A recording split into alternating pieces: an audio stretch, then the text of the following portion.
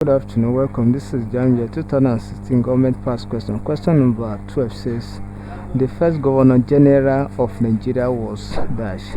The first Governor General of Nigeria was dash. And we'll talk of Governor General. The idea of Governor General was introduced during the colonial era. So it means that it was introduced by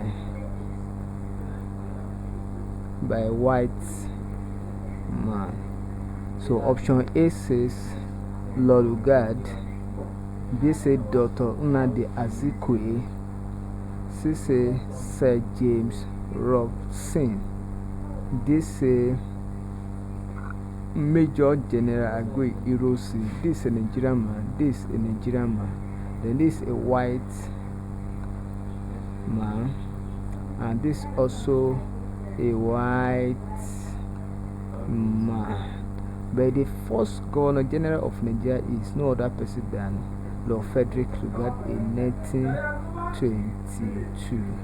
So option A is correct. Thank you, and make sure you subscribe for more videos.